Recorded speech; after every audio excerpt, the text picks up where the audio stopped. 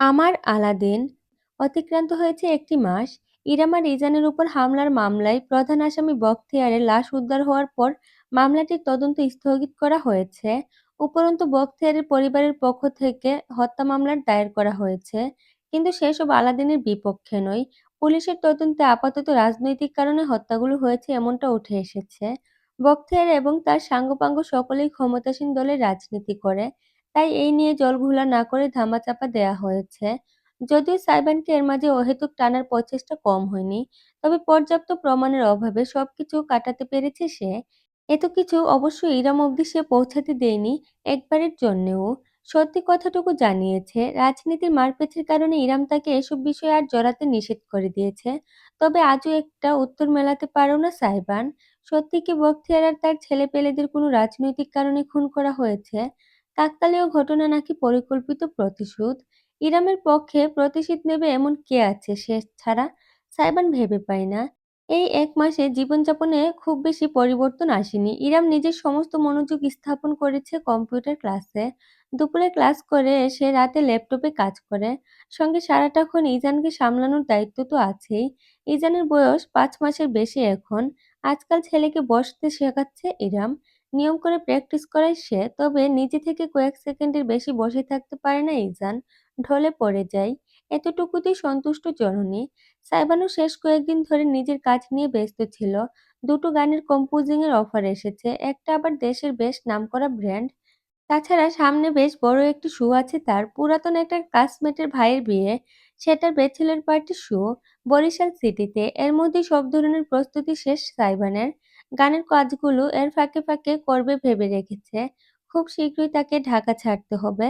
কিন্তু গতবার সিলেটে চলে যাওয়ার পর যা হয়েছে সেসবের ভয় ঢুকে গিয়েছে মনে। হ্যাঁ, বাড়িতে সবাই আছে। ইরামও আগের মতো অসচেতন নয়। তবুও মনকে মানিয়ে নিতে পারছে না সে। মনে হচ্ছে ইরামকে চোখের আড়াল করলেই কিছু একটা হয়ে যেতে পারে। তাছাড়া অরণ্যের বাড়িতে যা করে এসেছে সে, তাতে ১ মাস পেরিয়ে যাওয়ার পরেও পাল্টা কোনো প্রতিক্রিয়া আসেনি, বিষয়টা অত্যন্ত রহস্যজনক। অরণ্যকে সে রীতিমতো চ্যালেঞ্জ ছুড়ে এসেছে। লোকটা কি ভাবছে বোঝা দুষ্কর। সব মিলিয়ে সাইবান এই মুহূর্তে পরিবার থেকে দূরে যেতে রাজি নয়। বেপরোয়া ভাবের মাঝে গুরুত্বপূর্ণ এসব চিন্তা মাথায় নিয়ে বাড়িতে ফিরল সাইবান। আজ শো-এর শেষ প্র্যাকটিস করে আগেভাগে টিমের কাছে ইন্সট্রুমেন্ট সব পাঠিয়ে দিয়েছে। সে আগামীকাল বা পরশু রওনা দেবে। কিন্তু একা নেই। সকালে অনুরাগের সঙ্গে এক দফা কথা হয়েছে তার। একই ক্লাসমেট হওয়ায় অনুরাগও নিমন্ত্রণ পেয়েছে। তাই বন্ধুর সঙ্গে একটা বোঝাপড়া সেরেছে সাইবান। এখন শুধু ইরামকে জানাতে হবে। আজকাল বড্ড গরম পড়েছে। গাড়ির এসি থেকে বাইরে পা রেখেই কেমন ঘেমে গেছে যাচ্ছে আবার। পরনের হাফ-হাতা শার্টটা টান দিয়ে খুলে ফেলল সাইবান। সেটা কাঁধে ফেলে বেডরুমে ঢুকল সে। রুমটা ফাঁকা, ইরামকে দেখা যাচ্ছে না। বাথরুম থেকে পানির আওয়াজ ভেসে আসছে। হয়তো গোসল সারছে রমণী। অপরদিকে বিছানার উপর ইজান। সদ্য ঘুম থেকে উঠেছে, চেহারা দেখে বোঝা যাচ্ছে। বড় বড় চোখ মেলে মাকে খুঁজছে এদিক সেদিক তাকিয়ে। না পেয়ে তার চেহারা টকটকে হয়ে উঠল, কান্নার পূর্ব লক্ষণ। সাইবান দেখতে দেখতে নাজুক শিশুটিকে বুঝতে শিখে গেছে। তার আশঙ্কাই সত্যি হলো। গলা ফাটিয়ে চিৎকার দিয়ে হাত পা ছুড়ে কাঁদতে লাগলো ইজান। ওয়া! সাইবান জানে তার ইজানকে ধরা উচিত, কিন্তু সে সবেমাত্র বাইরে থেকে এসেছে। এমন অবস্থায় বাচ্চাকে ধরলে ভালো হবে। তাড়াহুড়ো করে সে নিজের তোয়ালে বের করে নিল। ড্রেসিং টেবিলের উপর স্যানিটাইজার আছে। সেটা যখন নিজের হাতের উপর ভরে ভরে সে স্প্রে করছে, তখন বাথরুমের দরজাটা হালকা একটুখানি খুলল। সেই ফাঁক গলে মুখ বাড়ালো ইরাম। সাইবান ঝট করে তাকাতেই ক্ষণিকের জন্য তার মনে হলো পৃথিবীটা বুঝি নিজের অক্ষের উপর ঘূর্ণ বন্দন করে স্থির হয়ে গিয়েছে। ইরামের চুলগুলো ভেজা, কপালের উপর এলোমেলো হয়ে লেপ্টে আছে। তাতে সাবানের ফেনা চিকচিক করছে, মুখটা সিক্ত। পানির ফোঁটা গড়াচ্ছে ভ্রু বেয়ে গালে, গাল বেয়ে আরো নিচে। শুধু মুখটাই দেখা যাচ্ছে রমণীর, বাকিটা দরজার পিছনে। ইরামের গলা বেয়ে গড়িয়ে নামা পানির ফোঁটা কেমন যেন মাদকীয় লাগছে সাইবানের চোখে। দরজার ওপাশে কি লুকিয়ে আছে তার এক ঝলক অত্যন্ত কুটিলভাবে খেলে গেল তার মস্তিষ্ক জুড়ে। শক্ত একটি ঢুক গিলল সাইবান। পুনরায় ঘামতে শুরু করলো। এসব কি ভাবছে সে? তার অর্ধাঙ্গিনীর অবশ্য এত কিছু মাথায় নেই। ইজানের কান্না বেড়ে গিয়েছে। ছোট্ট শরীরটা বিছানার উপর গড়াগড়ি করছে রীতিমতো। ইরম কিছুক্ষণ আগে ইজানকে ঘুম পাড়িয়ে গোসল করতে ঢুকেছে। ভাবেনি এত তাড়াতাড়ি উঠে যাবে। চেষ্টা করেও ঘুমানোর আগে খাওয়াতে পারেনি। তাই ক্ষুধায় উঠে গেছে হয়তোবা। কিন্তু ইরাম চুলে শ্যাম্পু করছে, হুট করে বেরিয়ে ধরতেও পারছে না। সমস্ত শরীর ভেজা তার। দরজা খুলতেই সে সাইবানকে দেখল।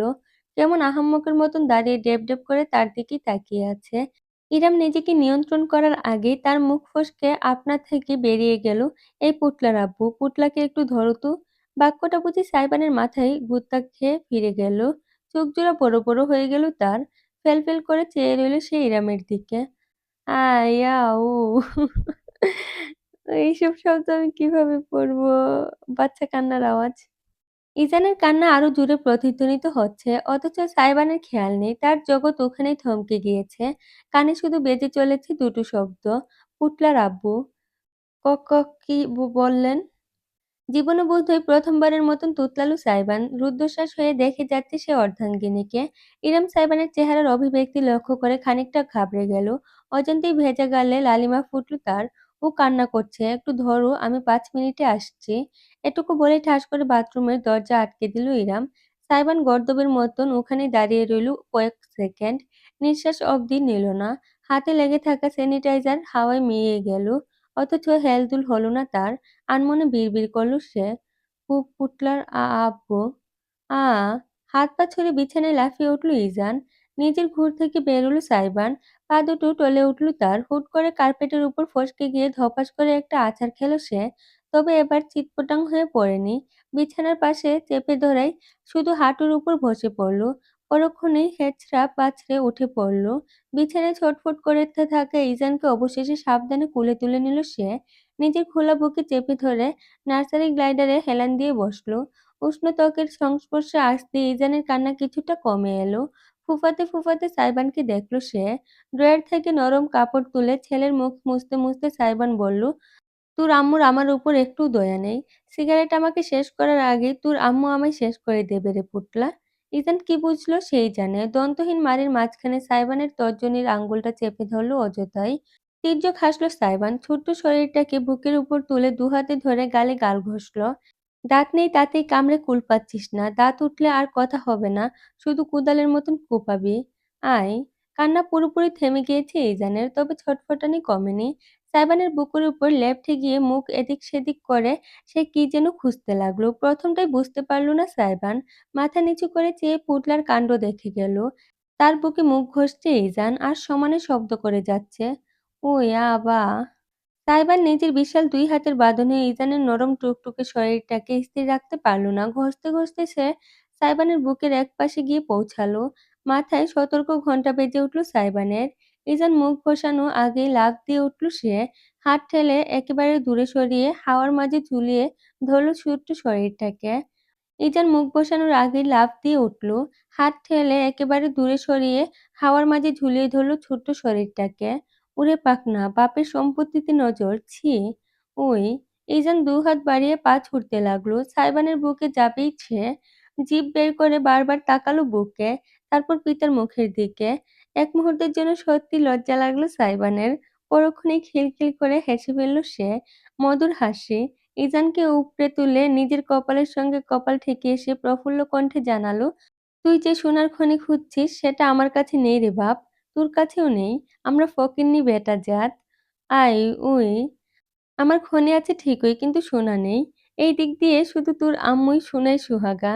কথা বলতে বলতে হেঁটে বাথরুমের কাছে গিয়ে দাঁড়ালো সাইবান। দরজায় নক করলো। "আপনার হলো?" ছেলে তো একেবারে লুল ফেলে বুক বাসিয়ে ফেলছে। "এই তো ১ মিনিট।" ভেতর থেকে ইরামের দ্রুত জবাব ভেসে এলো। সাইবান বিছানায় গিয়ে বসল। তবে এবার ইজানকে বুকে না রেখে কাঁধের উপর উল্টো ঝুলিয়ে পিঠে চাপড়াতে লাগলো। বুকে রাখতেই জিভ বের করে এদিক সেদিক চলে যাচ্ছে ছেলেটা। ইজানের পিছনে আলতো একটা চাপড় মেরে সে বলল, "পুটলা, তোর নজর এখনই এত খারাপ? বড় হয়ে বাপের মুখে যে চুনকালি মাখবি না তাতে কোনো সন্দেহ নেই। শুধু সাথে কিছু ফেস মাস্কও মেখে দিস, তাহলেই হবে। জেল্লাটা যেন না হারাই। না হলে তোর আম্মুকে থুবড়া দেখিয়ে আকর্ষণ করা যাবে না, বুঝেছিস?" বই। বাথরুমের দরজা এমন সময় খুলে গেল। ভেতর থেকে বেরিয়ে এলো ইরাম। একটা পা অবধি লম্বা ফ্রক প্লাজো পায়জামা পরনে। চুলগুলো এখনো আধভেজা। পিঠ ভাসিয়ে টপটপ করে পানি গড়াচ্ছে। ঠিকমতো মোছার সময় বের করেনি বোঝা যাচ্ছে। "কই দেখি আমার কুচুপুচু না?" আদুরে গলায় বলে সাইবানের কাছ থেকে নিজের বুকে ছেলেকে টেনে নিল ইরাম। অসংখ্য ছোট, ছোট চুমু এঁকে দিল মুখ জুড়ে। আমার আব্বুটার ক্ষুধা লেগেছে, তাই না? হুম? এখন আমরা খাবো। পেট ভরে খাবো। অনেক শক্তিশালী হবো। একেবারে সুপার হিরো। ছেলেকে নিয়ে নার্সিং গ্লাইডারে বসলো ইরাম। ইজান তার বুক আঁকড়ে ধরে ইতিমধ্যে সবস্ত হয়ে পড়েছে। রুমে সাইবানও উপস্থিত আছে দেখে ইরামের খানিক দ্বিধা হলো। তবে স্বামী তার এদিকে বিশেষ নজরপাত করে নেই। ক্লোজেটের কাছে গিয়ে নিজের পোশাক বের করে নিচ্ছে। তাকে কি বেরিয়ে যেতে বলবে? সেটা কি সমীচীন হবে? এর মধ্যে একবার দুইবার ইরাম ফিডিং করানোর সময় সাইবান এসে পড়েছিল ঠিকই, কিন্তু কখনো স্ত্রীর অস্বস্তি হবে এমন কোনো দৃষ্টি ফেলেনি। চুপ করে নিজে থেকে বেরিয়ে গিয়েছে। ইরাম শেষমেশ কি যেন ভেবে তাকে কিছু বলল না আর।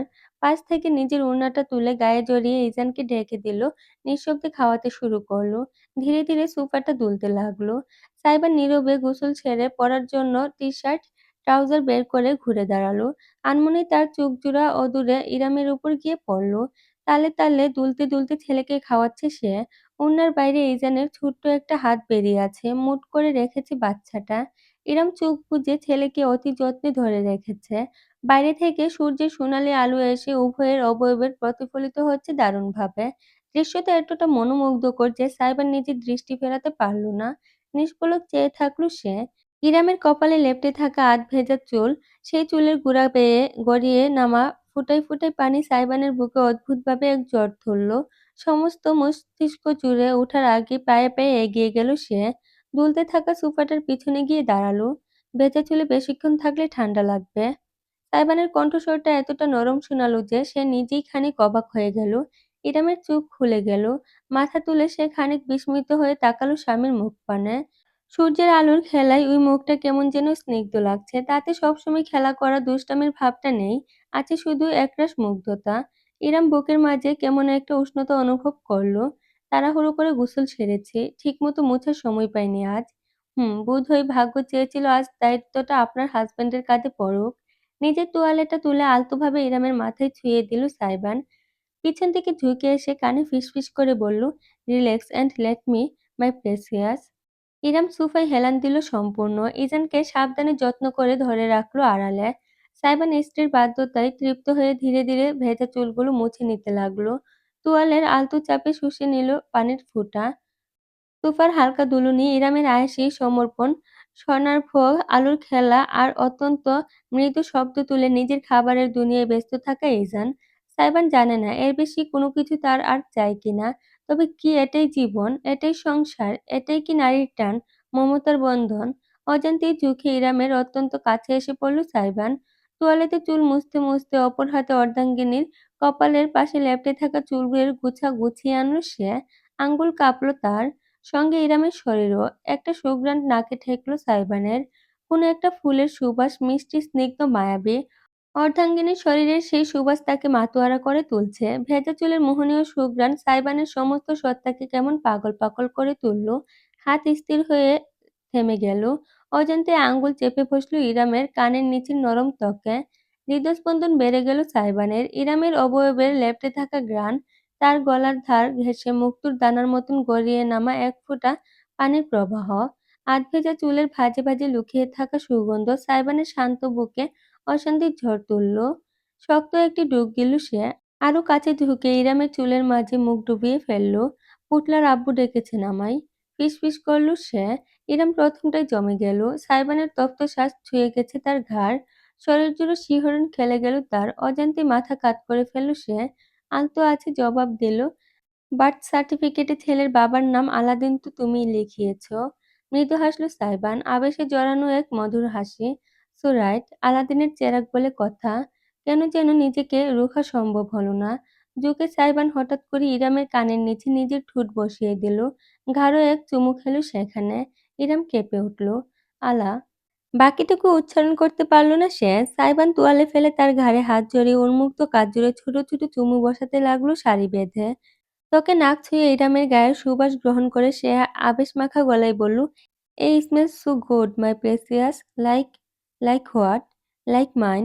অজান্তেই ঠিক গলার পাশে স্পন্দিত হতে থাকা ত্বকের উপর কামড় বসিয়ে দিল সাইবান। তার ধারালো দাঁত কেটে গেল। লালচে রঙে রঙিয়ে তুলল ইরামের উজ্জ্বল শ্যামলা ত্বক। ঠোঁট কামড়ে ধরল রমণী নিজেকে নিয়ন্ত্রণে। বিপরীতে সাইবান নিয়ন্ত্রণ হারিয়েছে। শুধু কামড়ে থেমে নেই সে। ঠোঁট বুলিয়ে পৌঁছে গেল ইরামের চিবুকে, ঠোঁটের কোণায় এবং অতঃপর আয় কুই। ওনার আড়ালে ঢেকুর তুলে শব্দ করে উঠল ইজান। স্বামী-স্ত্রী উভয়েই জমে গেল। একে অপরের দিকে চেয়ে চোখ পিটপিট করল। ওনার ভেতর থেকে হাত-পা বের করে ফেলেছে ইজান। জননীর বাহু খামচে ধরল সে এবার। সঙ্গে সঙ্গে সোজা হয়ে বসল ইরাম। হৃদস্পন্দন সীমাহীন হলো তার। এইমাত্র কি হচ্ছিল? সাইবানও এক লাফে পিছিয়ে গেল। যেন ছ্যাঁকা লেগেছে তার। স্বর্গীয় অনুভূতির ঘোরটুকুই দূর হয়ে গিয়েছে। কেন যেন রুমের ভেতর আর দাঁড়াতেই পারল না। লম্বা পা ফেলে হেঁটে সে বাইরে চলে গেল। প্রথমটায় লজ্জা এবং পরবর্তীতে বিস্ময় নিয়ে তার চলার পথের দিকে তাকিয়ে রইল ইরাম। ছেলেটার হঠাৎ করে হলো কি? রুমের বাইরে এসেই দরজা লাগিয়ে সেই দরজায় পিঠ ঠেকিয়ে দাঁড়ালো সাইবান। এক হাতে বুকের বাম পাশে খামচে ধরল। যেন হৃৎপিণ্ডকে শাসালো এত জোরে স্পন্দিত হওয়ার জন্য। ভ্রু কুঁচকে গেল তার। ভারী নিঃশ্বাস-প্রশ্বাসে বুক ওঠানামা করল। ঘাড় বেয়ে ঘামের ফোঁটা গড়িয়ে নামল টপ টপ করে। দরজায় পিঠ ঠেকিয়ে স্লিপ কেটে ধপাস করে মেঝেতে বসে পড়ল সাইবান। দুই হাতে নিজের মাথা চেপে ধরল। নিয়ন্ত্রণহারা হয়ে পড়েছিল সে সম্পূর্ণ।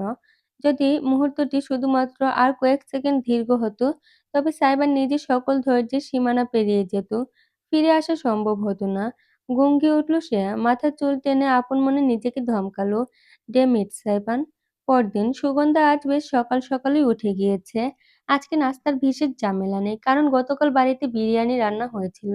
অনেকটা রয়ে গিয়েছে। সেগুলোই সামিয়া সকালে গরম করে সবাইকে দিতে বলেছেন। না হলে আর খাওয়া হবে না। নিজের জন্য এক কাপ গরম চা বানিয়ে সোফায় বসে গতকালের সিরিয়ালের মিস যাওয়া একটা এপিসোড দেখে নেবে চিন্তা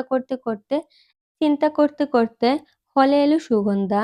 আপন চিন্তায় একটু বেশিই মগ্ন ছিল সে। তাই মেঝের উপর পড়ে থাকা ইজানের ছোট্ট একটা খেলনা গাড়ি তার চোখেই পড়ল না। কখন পড়েছে এখানে কারোর হয়তো খেয়ালই নেই। কিন্তু সুগন্ধার পা পড়তেই চাকা খুলল। সঙ্গে সঙ্গে একটা আছাড় খেয়ে উল্টে পড়তে নিল সে। চায়ের কাপটা কোন দিক থেকে উড়ে গেল কে জানে। চোখ বুজে দাঁতে দাঁত চেপে ফেলল বেচারি। সাইবানের মতন তাকেও অবশেষে যেখানে-সেখানে চিৎপটাং হয়ে পড়ার রোগটা ধরেই ফেলল। কিন্তু শক্ত মেঝের বদলে নিজের কোমর জুড়ে একজোড়া বাহুর উপস্থিতি টের পেল সুগন্ধা। হ্যাঁচকা একটা টান খেল। তারপরেই সোজা করে দাঁড় করিয়ে দেয়া হলো তাকে।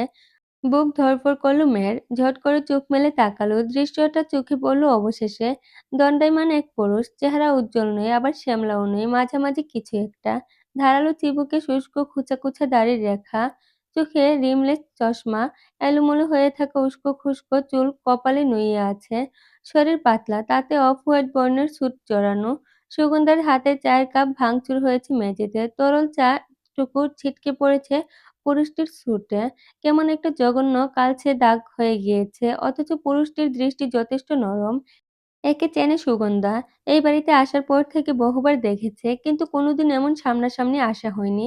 দণ্ডায়মান অনুরাগ সিনহা। সুগন্ধাকে ভালোমতো দাঁড় করিয়ে এক পা দূরে সরে দাঁড়ালো অনুরাগ।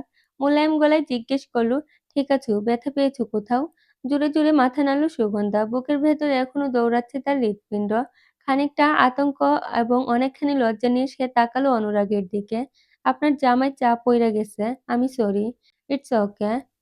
অনুরাগ ভ্রু কুঁচকে নিজের স্যুটের দিকে তাকালো। সে এখান থেকে ভার্সিটিতে যাবে বলে ঠিক করে বেরিয়েছিল। এখন পুনরায় বাসায় গিয়ে পোশাক বদলে ফের যেতে হবে। দেরি হওয়াটা ঝক্কির। কিন্তু সেসব বিষয় সুগন্ধাকে খুলে বলল না সে। তবু মেয়েটা কেমন যেন বিচলিত হয়ে উঠল। চায়ের দাগ এত সহজে যায় না। একেবারে দাগ বইসা যাবে। আপনি এখানেই দাঁড়ান, আমি আইতেছি। উল্টো ঘুরে কিচেনে ছুটে গেল সুগন্ধা। অনুরাগ থ হয়ে দাঁড়িয়ে রইল। কি করবে বুঝতে পারল না। কয়েক সেকেন্ডের মাথায় সুগন্ধা ফিরে এলো। হাতে একটা ভেজা কাপড়। দেখি এখনই মুইছা দেই। পরে লেবু আর ডিটারজেন্ট দিয়া ভালোমতো ২ টা ঘষা দিলে উইঠা যাবে। না, না লাগবে না। I'm fine just. কে শুনে কার কথা? শশব্যস্ত হাতে অনুরাগের স্যুটের বুকের দিকে লেগে থাকা চায়ের দাগের উপর ভেজা কাপড়টা ঘষতে লাগলো সুগন্ধা। সত্যিই দাগটা ওই মুহূর্তে অনেকখানি হালকা হয়ে গেল। অবাক হয়ে দেখল অনুরাগ। অপরদিকে হাসি ফুটল সুগন্ধার ঠোঁটে। সুগন্ধা, আমাকে ১ কাপ আদা লেবু দিয়ে চা দে তো। মাথাটা ভীষণ ব্যথা করছে। এই সময়ে একটি মেয়েলি কণ্ঠস্বর ভেসে এলো। জমে গেল সুগন্ধা এবং অনুরাগ উভয়ে। পাশ ফিরে তাকাতেই দেখা মিলল সারিকার। নিজের রুম থেকে মাত্রই বেরিয়েছে সে। ঘুমের পোশাক পরনে, চুলগুলো অগোছালো। একটি হাত মাথায়। ওই অবস্থাতেই রমণী সুচারু চোখে সামনে তাকালো। প্রথমবার অনুরাগ, পরের বার সুগন্ধা এবং সবশেষে অনুরাগের বুকের উপর আলতোভাবে ছুঁয়ে রাখা সুগন্ধার হাতটার উপর দৃষ্টি গেল সারিকার। ফুটে ফুটল অতি মলিন এক হাসি। সারিকাকে দেখার সাথে সাথে অনুরাগের কাছ থেকে ছিটকে দূরে সরে গেল সুগন্ধা। দ্রুত গলায় জানালো, আসলে পিছলাই গেছিলাম তো, চা পইড়া গেছে। আপা যান একটু বসেন, আমি ১০ মিনিটে আপনার চা দিতেছি। মেয়েটি কিচেন থেকে বেলচা নিয়ে এসে মেজে মুছে ভাঙা কাঁচের টুকরোগুলো তুলে আবার কিচেনে আড়াল হয়ে গেল। অনুরাগ একটি নিঃশ্বাস ফেলল। সারিকার কাছে কোনো প্রকার ব্যাখ্যা দিল না। নিজের হালকা দাগ হয়ে যাওয়া স্যুটটা সে খুলে বাহুতে ঝুলিয়ে নিল। চুপচাপ গিয়ে বসল সোফায়। সাই গতকাল বলল তোমরা সবাই নাকি বরিশাল যাচ্ছ। সারিকা সুগন্ধার সঙ্গে ঘটে যাওয়া ঘটনাটার বিপরীতে অন্য প্রসঙ্গ টানলো দেখে অনুরাগ মনে মনে স্বস্তি পেল। হ্যাঁ, আপনিও যাচ্ছেন? সারিকা এক লম্বা চুপ করে রইল। অতঃপর সোফায় অনুরাগের থেকে অনেকখানি দূরত্ব রেখে বসে উত্তর করল, হ্যাঁ। অনুরাগ খানিক অবাক হলো। সারিকা যাচ্ছে সেই কথাটি সাইবান তাকে জানায়নি। যদি যেত তাহলে তো জানানোর কথা ছিল। তাহলে কি সারিকা এই সিদ্ধান্তটা এখন দাঁড়িয়ে দাঁড়িয়ে নিয়ে ফেলল? প্রথমে যাব ভাবিনি। আজ সকালে উঠে মনে হলো অনেকদিন দাদুর বাড়ি দেখি না। জীবন আবারও ব্যস্ত হয়ে যাওয়ার আগে একটু ঘুরে আসা দরকার। ঠিক, সারিকা সিদ্ধান্তটা এখনই নিয়েছে। অনুরাগ মনের অস্বস্তিটা চেপে গিয়ে বলল, ভালো সিদ্ধান্ত। এমন সময় সুগন্ধা এসে পড়ল। হাতে ২ কাপ চা, একটা আদা লেবু দিয়ে রং চা সারিকার জন্য, অন্যটা দুধ চা। অনুরাগের দিকে বাড়িয়ে দিল সে। নিঃশব্দে মাথা দুলিয়ে কাপটা গ্রহণ করে নিল অনুরাগ। একটা সংক্ষিপ্ত চুমুক দিয়ে সে হঠাৎ প্রশ্ন করল, আপনার হাসব্যান্ড যাচ্ছে না? সারিকা নিজের কাপে চুমুক দিয়ে কিছুক্ষণ চুপ করে থাকলো। পরবর্তীতে উত্তর দিল, না, ও ব্যস্ত মানুষ। তাছাড়া অ্যাপার্টমেন্টের কাজ নিয়ে এমনিতেও চিন্তার উপর আছে। ও, কথা হারিয়ে ফেলল অনুরাগ। এরপর আর কি বলা যায় সে খুঁজে পেল না। তাই চুপচাপ চায়ে চুমুক দিতে থাকলো। অথচ একটা সময় ছিল যখন তাদের কথা বলার জন্য কোনো বিষয়ের প্রয়োজন হতো না। গাছের পাতা কেন সবুজ হয়? এই অহেতুক বিষয় ঘিরে উভয়ের ঠোঁটে হাজারো শব্দের ফুলঝুরি ছুটত। সেই দিনগুলো আজ শুধু স্মৃতি। ঠিক যেমন অপ্রত্যাশিত অনুভূতিগুলো। কোথায় যাওয়ার কথা হচ্ছে সকলের? হুট করে কণ্ঠস্বর ভেসে আসতেই সারিকা এবং অনুরাগ উভয়েই তাকালো সামনে। সিঁড়ি বেয়ে নেমে আসছে ইরাম। তার কয়েক হাত পিছনেই সাইবান। অনুরাগ কিছু বলার আগে পিছন থেকে সাইবান বলে উঠল, লঞ্চে যাবেন নাকি গাড়িতে? কোথায় যাব? হানিমুনে। সিঁড়ির গোড়ায় পৌঁছে গিয়ে খানিকক্ষণ বিব্রত নিয়ে পিছনে ফিরে তাকালো ইরাম। ডেব ডেব করে চেয়ে রইল স্বামীর দিকে। সাইবানের অবশ্য বিশেষ হেলদোল নেই। সে আয়েশ করে নিচে নেমে সিঁড়ির রেলিংয়ে হেলান দিয়ে দাঁড়ালো। হলরুমে যে আরো কিছু মানুষ উপস্থিত আছে তাতে তার বিন্দুমাত্র মাথা ব্যথা নেই। ইরম গলা খাকারি দিয়ে জিজ্ঞেস করল, হানিমুন কোথায়? বরিশাল। ইরম চোখ পিটপিট করল। বরিশাল? সাইবান আর সারিকা উভয়ের বাবা আহমদ উদ্দিন ভিন্ন জেলার মানুষ। তাদের পৈতৃক নিবাস বরিশালে। এতটুকু তত্ত্ব তার জানা আছে। সাইবান হেলে দুলে এগিয়ে এসে হাতের আঙ্গুল মটকাতে লাগলো। বাঁকা হাসল। অতঃপর মাথা কাত করে ইরমকে আপাদমস্তক দেখে ঠোঁট উল্টে বলল, লঞ্চের কেবিনে উঠবেন নাকি জামের বুকে ঠাই সাজাইবেন আপনার উপরেই ছাইড়া দিলাম। বুঝলেন মনু? ভ্রু কপালে উঠে গেল ইরামের। এই ছেলে আঞ্চলিক ভাষা জানে। তাকে এই বিব্রত অবস্থা থেকে উদ্ধার করতেই যেন শব্দ করে উঠে দাঁড়ালো অনুরাগ। এহেম, বউয়ের সাথে রসের আলাপ তুই প্রাইভেটলিও করতে পারবি। মানুষকে ফ্রিতে থিয়েটার দেখানোর কোনো প্রয়োজন নেই। তুই তো শুকনো বিচি কলা। জীবনে কোনো রস নেই। আমি হলাম টসটসে তরমুজ। রস খালি বেয়ে বেয়ে পড়ে। এত রস প্রাইভেটলি ধরে রাখা যায় না। পাবলিকলি শো করতে হয়। হ্যাঁ, নাইলে আগে ভাইজান সুন্দর বেটিদের নাচন-কুদন দেইখা দেইখা রস ধইরা রাখতো। এখন তো বউয়ের জন্য আর পারে না। রস খালি উতলাইয়া পড়ে। আহারে কপাল পোড়া ভাইজান আমার। কখন যে সুগন্ধা টেবিলের কাছে উদয় হয়েছে কেউ খেয়াল করেনি। তার কথা কানে যেতেই পিত্তি জ্বলে গেল সাইবানের। চোখের ভেতর বুঝি বজ্রপাত চিলিক দিয়ে উঠল।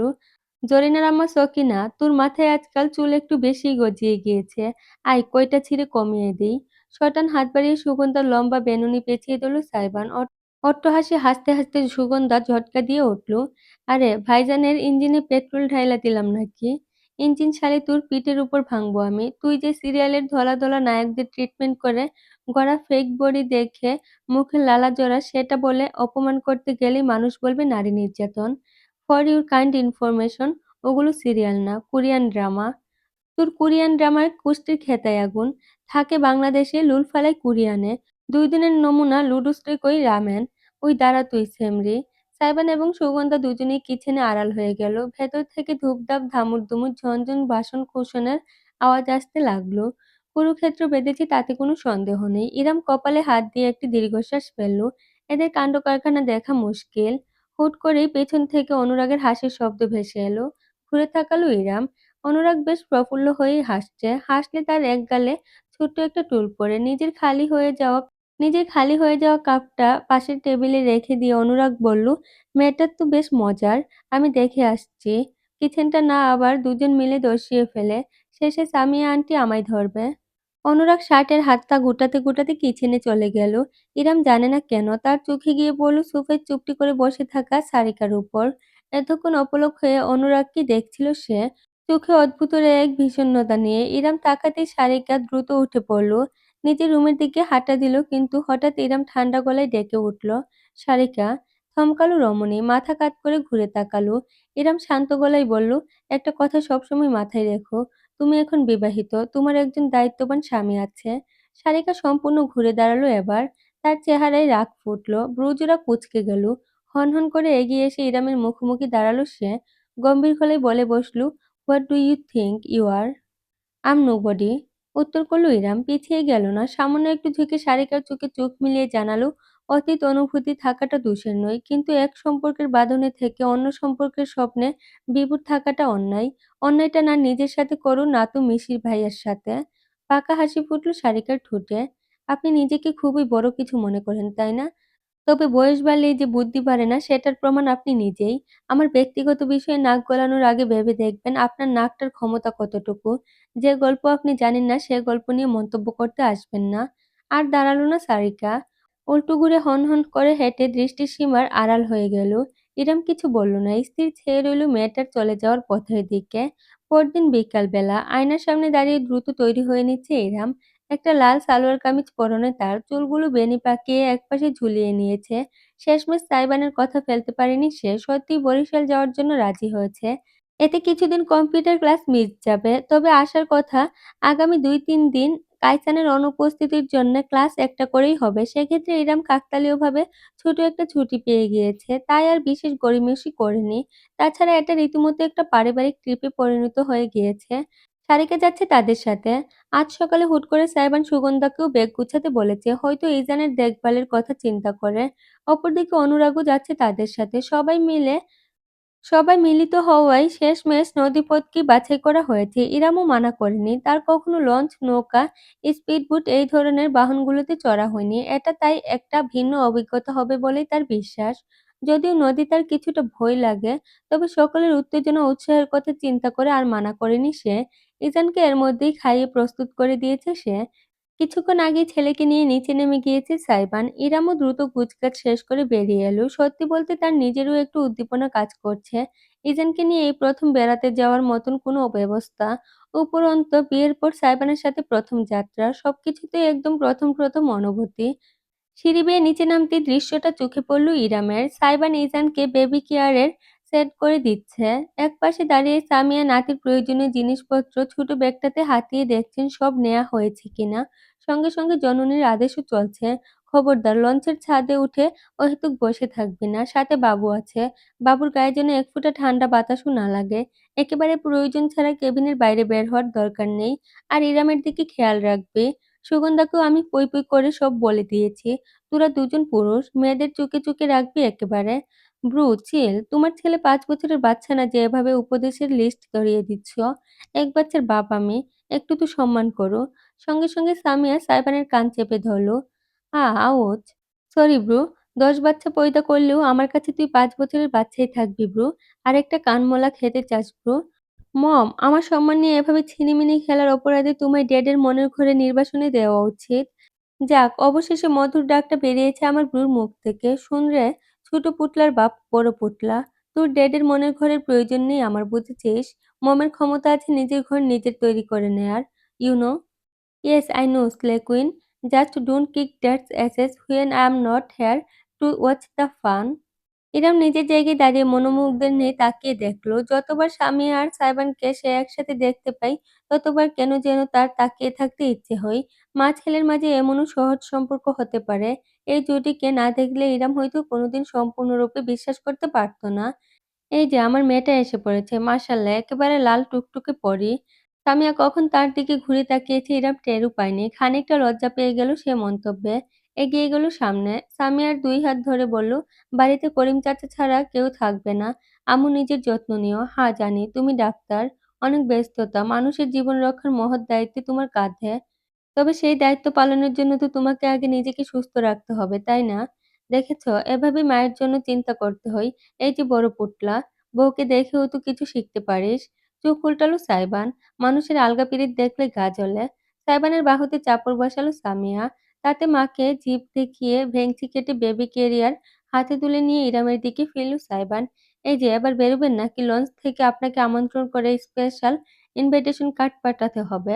লঞ্চ ছুটে গেলে শেষে বুড়িগঙ্গার সাঁতরে কুল পাবেন না কিন্তু। তখন বুকে কেন, পিঠেও জায়গা দেব না। জনদরিদ্র গরিবের বন্ধু জ্যাক না আমি, যে রুজের জন্য সবকিছু ছেড়ে দেবে। ইস, যাত্রার আগে আগে টাইটানিকের মতন ডিজাস্টার মুভির কথা না বললেই না। সামিয়া আরেক দফায় ছেলেকে শাসন করলেন। এরা মুচকি হেসে দেখলো কাণ্ড। অবশেষে সামিয়ার কাছ থেকে বিদায় নিয়ে তারা গাড়ির দিকে এগুলো। সারিকা আর সুগন্ধাকে ব্যাগপত্রের সঙ্গে আগেই পাঠিয়ে দেওয়া হয়েছে। এখন সাইবান শুধু ইরাম আর বাচ্চাকে নিয়ে যাচ্ছে, এমনটাই পরিকল্পনা ছিল। ওদিকে অনুরাগের এতক্ষণ পৌঁছে যাওয়ার কথা। সামিয়া গাড়ি অবধি হেঁটে এলেন। ছেলে বউয়ের গায়ে আয়াতুল কুরসি এবং দোয়া ইউনুস পড়ে ফু দিয়ে দিলেন।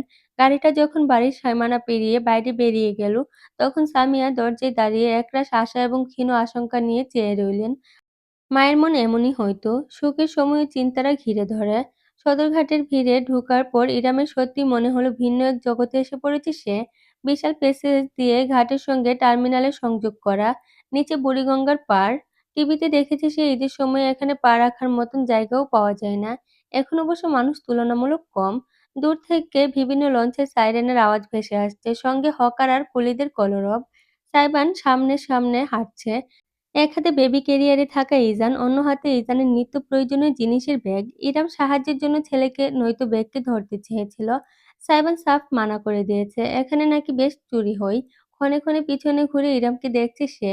অর্ধাঙ্গিনী পিছিয়ে পড়লে থেমে দাঁড়াচ্ছে, অপেক্ষা করছে। কাছে গেলে আবার হাঁটা শুরু করছে। এমনভাবেই তারা অবশেষে পৌঁছে গেল ঘাটে। নিচের বুড়িগঙ্গার কালো পানি, সামনে দাঁড়ানো দানব আকৃতির লঞ্চ। ইরাম ঘাড় টানটান করেও দেখতে বেগ পোহালো। লঞ্চ তো নয়, যেন এক একটা আস্ত five star hotel. MV Kalaiya, Parabat 17, Eagle 4, আরো কত কত নাম। একেবারে আলাদাই দুনিয়া। মানুষজন নৌকা থেকে চলন্ত লঞ্চে উঠছে। দাঁড়িয়ে থাকা লঞ্চের স্টাফরা হাঁকডাক করে যাত্রী আকর্ষণের চেষ্টা করছে। সাইমন যে লঞ্চের সামনে গিয়ে থামল, সেই লঞ্চ আশপাশের অন্যান্য লঞ্চের থেকে তুলনামূলক সবচেয়ে বড় এবং আধুনিক দেখতে। ধাতব দেয়ালে গোটা গোটা অক্ষরে লিখিত, এমভি সুন্দরবন 16।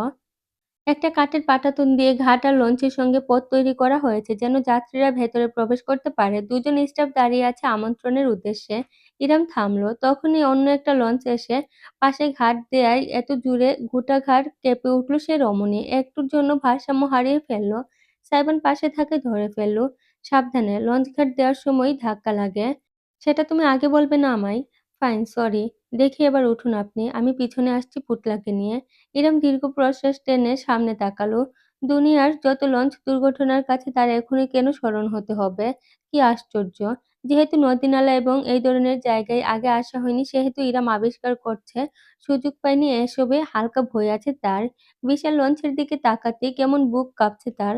পাটাতনের উপর পা দিতে গিয়েও দ্বিধা হচ্ছে। ওপাশে থাকা স্টাফরা বুঝতে পারল। আফা, আপনার সমস্যা হইলে আমার হাত দুইটা ধইরা আহেন। ইরামের দিকে হাত বাড়িয়ে দিল লঞ্চের এক লোক। দ্বিধাদ্বন্দ্বে ভুগল সে। ঘাট থেকে লঞ্চে ওঠার জন্য যদিও যথেষ্ট প্রশস্ত কাঠের পাটাতন দিয়ে দেয়া আছে, তবুও নিচের কালচে বুড়িগঙ্গার পানি তাকে বিভ্রান্ত করল। এমন ক্ষেত্র বড্ড অচেনা কিনা। তবে এমন গর্দবের মতন দাঁড়িয়ে থাকলে হবে। পিছনে আরো মানুষ অপেক্ষায় আছে। মনকে কোনোমতে স্থির করে হাত বাড়িয়ে দিল ইরাম সামনের দিকে। কাঁপা কাঁপা পায়ে এগুতে নিল। নিচের পানির দিকে না তাকালেই চলবে। মনে মনে জপতে লাগল সে। তবে লোকটা তার হাতের নাগাল পাওয়ার আগেই হুট করে তাকে রীতিমতো শূন্যে তুলে ফেলল কেউ। বিস্ময়কর একটি শব্দ করে একজোড়া প্রশস্ত কাঁধ চেপে ধরল ইরাম। অবাক হয়ে আবিষ্কার করল সাইবানকে। একটি হাতে ইরামকে কোলে তুলে নিয়েছে সে, অপর হাতে বেবি ক্যারিয়ারে আধঘুমন্ত ইজান। দৃশ্যটি বাহ্যিকভাবে দেখতে প্রায় অবিশ্বাস্য লাগলো। আশেপাশে মানুষজন সব বিস্মিত হয়ে নিষ্পলক চেয়ে রইল। সাইবান কারো সাহায্য অবধি চাইল না। আপন মনে বিড়বিড় করল একটি অস্পষ্ট শব্দ, বিসমিল্লাহ। অতঃপর পাটাতনের উপর পা রাখল সে নির্দ্বিধায়। পদক্ষেপ একটুও টলল না তার। যেন একটা ভার বহন করা অসাধ্য কিছু নয়। অজান্তেই কালচে বুড়িগঙ্গার পানি এবং পরে বেবি ক্যারিয়ারের ভেতর থাকা ছেলেকে একনজর দেখে ইরাম না পারতে ফিসফিস করল, "তোমার ভয় করছে না?" কপালে ২ ফোঁটা ঘাম জমলেও মুচকি হাসল সাইবান। যার হাতে গোটা দুনিয়া তার আবার ভয় কিসের? ইরা মনের ভেতর ভীষণ এক অনুভূতির জোয়ার টের পেল। এক সময়কার দায়িত্বজ্ঞানহীন ছেলেটা এমন করে দায়িত্ব কাঁধে তুলতে শিখল ঠিক কবে, সেটা সে নিজেও বলতে পারবে না। সে কি এতকাল নিজের অতীত এবং ইজানের ভবিষ্যতের চিন্তায় এতটাই মগ্ন ছিল যে নিজের স্বামীর ভেতরের শুষ্ক পরিবর্তনগুলো নজরে আসেনি? প্রথমবারের মতন ইরাম সাইবানের মুখের দিকে মুগ্ধতা নিয়ে তাকালো। এক সময়কার ছোট সেই খালাতো ভাই হিসেবে নয়, বরং নিজের স্বামী হিসেবে, একজন পুরুষ হিসেবে। যেন প্রথমবার দেখছে সে সাইবানকে, অনুভব করছে কত বড় হয়ে গিয়েছে ছেলেটা। ইরামের বাহু অজান্তেই সাইবানের কাঁধে জড়িয়ে গেল। বুকের ভেতরের আশঙ্কাটুকু কর্পূরেই উবে গেল। এই মুহূর্তের মাঝে সে এবং তার সন্তান সদ্য নিরাপদ। চিন্তার কোনো কারণ নেই। সে নিশ্চিন্ত থাকতে পারে, এমনটাই অনুভূত হলো রমণীর। সাইবান পাটাতন বেয়ে হেঁটে গিয়ে অবশেষে লঞ্চের ভেতর পা রাখল। ভেতরে থাকা স্টাফরা স্বাগতম জানালো তাদের। স্যার মনে হয় ম্যাডামের খুব কেয়ার করেন। একজন হেসে মন্তব্য করল। সাইবান পাল্টা কিছু বলল না। অতি সাবধানে ইরামকে নিচে নামিয়ে দিল। বেবি ক্যারিয়ারে থাকা ইজান তখনই শব্দ করে উঠল, "আই মুই।" একগাল হাসল সাইবান। হাঁটু মুড়ে বসে বলল, "হয় মুই রে মুই। বাহের দেশে নিয়া তোরে মুগু ভিডা ঘুরাইয়া আনমু, বুঝছু? এহনি শিক্ষা হালা মুগু পরানের ভাষা, পুটলাডা। তুমি এত চমৎকার বরিশাইল্লা জানো?" ইরাম আরেক দফায় মুগ্ধতা প্রকাশ না করে পারল না। তবে সাইবান প্রতিক্রিয়া জানানোর আগে একটি কণ্ঠস্বর ভেসে এলো, "কিরে বরিশাইল্লা খেতাবগাট্টি, আসতে পারলি শেষমেশ। ভাবছি তোকে ছাড়াই লঞ্চ না আবার উড়াল দেই।" এসে দাঁড়ালো অনুরাগ। সাইবান খেকিয়ে উঠল, "আমার সাথে কোথাও খেতার গাট্টি দেখেছিস, শালা অন্ধ?" "না, বউ বাচ্চার গাট্টি দেখছি।" মজা নিতে ছাড়ল না অনুরাগ। "চিল অনু চিল। জিনি তো আমাদের জিনি, স্ট্রংম্যান।" ইরাম বেবি কেয়ার থেকে ইজানকে বুকে তুলে নিয়েছে সবেমাত্র, অথচ এই অতি পরিচিত কণ্ঠটি তাকে ওই স্থানেই জমিয়ে দিল। এমনকি সাইবানকেও। হতবাক হয়ে তারা দেখল, গটগট করে হেঁটে আসছে তিতলি, ক্রপ টপ আর টাইট জিন্স পরনে, চুলগুলো হাই পনিটেল করে রাখা। সাইবানের চোখজোড়া বিস্ময়ে প্রসারিত হয়ে গেল। ঝট করে ফিরে তাকালো সে অনুরাগের দিকে। প্রথমটায় অনুরাগ অপরাধীর ভঙ্গিতে মুখ ফিরিয়ে নিল। পরক্ষণেই কাছে ঝুঁকে সাইবানের কানে ফিসফিস করে বলল, "বিয়েতে তিতলিও দাওয়াত পেয়েছে। ওর বাবা আমার সাথে নিয়ে যেতে বলেছে। মাত্র ১.৫ ঘন্টা আগে হয়েছে সব। সরি দোস্ত, I did not mean to." Simon জবাব দিল না ঠিকই, কিন্তু তার দৃষ্টিতে ফুটে ওঠা চাপা ক্রোধ চিনতে কারোরই ভুল হলো না। ছেলেমেয়েরা সবাই চলে যেতে বাড়িটা কেমন ফাঁকা হয়ে গিয়েছে। ফ্রি সময় থাকায় সন্ধ্যায় একাই সোফায় চা নিয়ে বসেছেন সামিয়া। সুগন্ধা মেয়েটা আজকাল হিন্দি সিরিয়াল বাদ দিয়ে কোরিয়ান আর চাইনিজ ড্রামা দেখছে। মাঝে মধ্যে দেখতে দেখতে সামিয়াও কেমন যেন অভ্যাস হয়ে গিয়েছে। তিনি একটা ড্রামার এপিসোড চালিয়ে আনমনে বসে আছেন। দেখছেন না তেমন মনোযোগ দিয়ে। ছেলেমেয়েদের ছাড়া কিছুই ভালো লাগছে না। ঠিক এমন সময় আহমদ এসে বসলেন বিপরীত দিকের সোফায়। কোনো কথা না বলে রিমোটটা টেনে খানিক স্বৈরাচারের মতন চ্যানেল বদলে দিলেন তিনি। টিভিতে এখন ফুটবল খেলার ম্যাচ চলছে। সামিয়া বিরক্ত বোধ করলেন। "আমি একটা জিনিস দেখছিলাম। বুড়ি বয়সে ভীমরতির প্রয়োজন নেই তোমার।" পায়ের উপর পা তুলে একদম বেপরোয়া মনোভাব নিয়ে আয়েশ করে খেলা দেখতে লাগলো আহমদ। সামিয়া কিছুক্ষণ চুপ করে বসে রইলেন। তারপর ঠাস করে হাত থেকে চায়ের কাপ রেখে দিয়ে বলে উঠলেন, "তুমি আর কতদিন এই বাড়িতে ঘাঁটি গেড়ে থাকবে বলে ভাবছ? কেন, তোমার দম বন্ধ লাগছে? দরজা খোলা আছে, বেরিয়ে যেতে পারো।" স্বামীর এমন কথায় অন্তর পুলু সামিয়ার। "অনেকদিন ধরে দেখছি তোমাকে আহমদ। কেমন ভূতের মতো এখানে পড়ে আছো। কি চাও তুমি? আমি না থাকলে সুতো দিয়ে বেঁধে রাখা পরিবারটা বন্যায় ভেসে যাবে। সেটা হোক তাই চাই না।" আহমদের চোখ টিভির দিকে। একবারের জন্যও তিনি সামিয়ার দিকে তাকাচ্ছেন না। "কই, আগে তো তোমার এত দরদ উতলে ওঠেনি এই পরিবারের প্রতি। আগে তো আর কেউ বাড়িতে একটি মাঝবয়সী ডিভোর্সি মেয়েকে বাড়ির বউ করে ঢোকায়নি। আহমদ, সমস্যা কি তোমার?" গর্জে উঠল সামিয়া। উঠে দাঁড়িয়ে গেলেন সটান। আহমদ একটুও ক্রোধ দেখালেন না। বরং ঘুরে তাকিয়ে শান্ত গলায় বললেন, "চিৎকার করো না সামিয়া। সমস্যা আমি না, তুমি তৈরি করছ। এর মাসুল তোমাকে আজ না হয় কাল গুনতেই হবে।" "মাসুল গুনবো? আমি? আমার ছেলেকে দেখেছো তুমি একবার ভালোভাবে?" একটুখানি তাচ্ছিল্য করে হাসলেন সামিয়া। "মাঝবয়সী ডিভোর্সি বলে যাকে অপমান করতে চাইছো তার জন্যই আমার ছেলের চেহারায় খুশি ঝলকে ওঠে। বেঁচে তো ও এতদিন ছিলই, কিন্তু সে বেঁচে থাকার কোনো উদ্দেশ্য ছিল না। অথচ আজ দেখো, আমার ছেলে দায়িত্ব নিতে শিখে গেছে। আমার ছেলে, আমার ছেলে, আমার ছেলে। আমাদের বলতে ঈর্ষা হয়, তাই না?" শীতল হাসি হাসলেন আহমদ। সামিয়া জমে গেলেন। স্বামীর এই অভিব্যক্তি তার ভীষণ চেনা। সোফা ছেড়ে উঠে দাঁড়ালেন আহমদ। ধীর পায়ে হেঁটে এসে সামিয়ার মুখোমুখি থামলেন। চোখে চোখ রাখলেন। তোমার এই গর্বই না একদিন তোমার কাল হয়ে দাঁড়ায়, মাই ডিয়ার ওয়াইফ। গলা কাঁপল সামিয়ার। কাল? কাল কেন হবে? কি বলছো তুমি? আহমদ ঝুঁকে এলেন। সামিয়ার কানের কাছে ফিসফিসিয়ে উচ্চারণ করলেন, আমি কি বলছি তা তুমি ভালোভাবেই বুঝতে পারছ। অস্বীকার করো না, মাঝবয়সী ডিভোর্সি এক বাচ্চার মাকে বিয়ে দিয়েছ। তোমার ছেলে খুব সুখে আছে, দায়িত্ব শিখে গেছে। একেবারে সোনাই সুহাগা তুমি, তাই না? একটু থামলেন তিনি, অতঃপর যুক্ত করলেন, আমার ছেলে বলে যাকে বুকে আগলে রাখো, সে যেদিন তোমার মূর্খতার পিছনের সত্যিটা জানবে, সেদিন কি সে নিজেকে আদৌ তোমার ছেলে বলে দাবি করতে চাইবে? You are selfish, Samia. Really, really selfish. You did not even spare our son. সামিয়ার সমস্ত শরীর কাঁটা দিয়ে উঠল। হৃদযন্ত্র বুঝি স্পন্দন বন্ধ করে দিল। আহমদ সরে গেলেন। আর দাঁড়ালেন না। হেঁটে অন্দরমহলে আড়াল হয়ে গেলেন। তিনি চলে যেতেই সামিয়া নিজের পায়ের জোর হারিয়ে ফেললেন। ধপাস করে বসে পড়লেন মেঝেতেই। দেহ পেরিয়ে আত্মা অবধি কাঁপল তার। কিছু বুঝে ওঠার আগে তার চোখ বেয়ে ফুটায় ফুটায় উষ্ণ অশ্রু গড়াতে শুরু করলো। লঞ্চের ভেতরটা কোনো রাজকীয় প্রাসাদের থেকে কম কিছু মনে হলো না ইরামের কাছে। বিস্তৃত ডেক, ছাদে কারুকার্যে ঘেরা সিলিং, একপাশে সিঁড়ির সাথে লিফটের ব্যবস্থা আছে। লঞ্চের ভেতর লিফট, ব্যাপারটা রমণীকে বিস্মিত করলো। এই জগৎটাকে তার লঞ্চ কম ক্রুজ শিপ বেশি মনে হচ্ছে। অভিজাত এবং ভ্রমণ পিপাসুদের উপস্থিতি বেশি, যারা মূলত অভিজ্ঞতা নিয়ে এসেছে। কিছু বিদেশি ব্লগারদেরও চোখে পড়লো, ক্যামেরা নিয়ে ভিডিও করতে ব্যস্ত।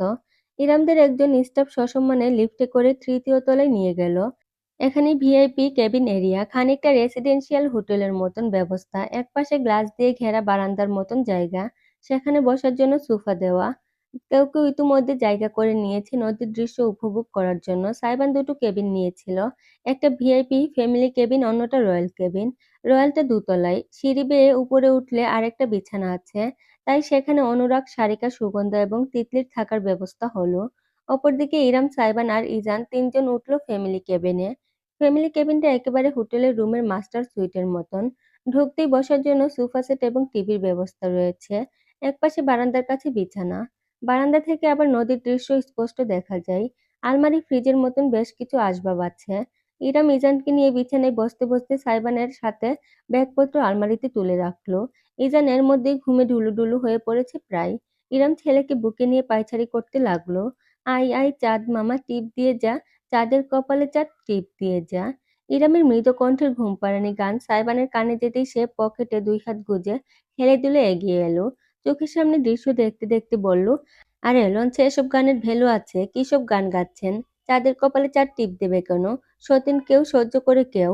চাঁদও আরেকটা চাঁদকে কখনোই সহ্য করতে পারে না, জেলাস হয়, তাই কপালে টিপ না ঘুষি দিতে পারে।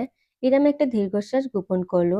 ঢেকি স্বর্গে গেলেও ধান বানে, আর সাইবান পাতালে থাকলেও মুখ চালাই। তার বেহুদা কথা আর অদ্ভুত ব্যাখ্যা কোনোদিন বন্ধ হবে না। ইদানকে কাঁধে ঠেকিয়ে ইরাম ঘুরে দাঁড়িয়ে স্বামীর দিকে তাকিয়ে বলল, তাই বুঝি? তবে তুমি শোনাও তো লঞ্চের উপর উপযুক্ত ঘুমপাড়ানি গান। নেকি আর পুচপুচ। সাইবান গলা খাকারি দিল। তার হাতটা কানের উপরে এমন ভাবে রাখলো যেমন করে বিজ্ঞ উস্তাদরা শাস্ত্রীয় সঙ্গীত পরিবেশনের সময়টাই করে। ইরাম প্রথমটাই অবাক হয়ে রইল। পরক্ষণেই তার কানে ভেসে এলো সাইবানের ভাঙাচোরা গলার মারাত্মক বেসুরি গান। বরিশালের লঞ্চে উইঠা লইছি কেবিন রুম, আম্মারে বুকে নিয়ে আব্বাই দিব ঠাইসা ঘুম, হাইরে দিব রসের ঘুম। ঘুমে ডুলুডুলু ইজান মহান সঙ্গীত শুনে তড়াক করে লাফিয়ে উঠল। মাথাটা কাত করে সামনের দিকে চেয়ে শব্দ করে উঠল, গো। ইরাম হতবিহ্বল, তার কুলে ইজান সেকেন্ডের ভেতর সজাগ হয়ে গিয়ে এমন লাফাচ্ছে। সে কি উত্তেজনায় এমন করছে নাকি পিতাকে গালাগাল করছে সেটা বোঝা মুশকিল। এটা ঘুম পাড়ানি গান ছিল নাকি ঘুম জাগানি গান ছিল?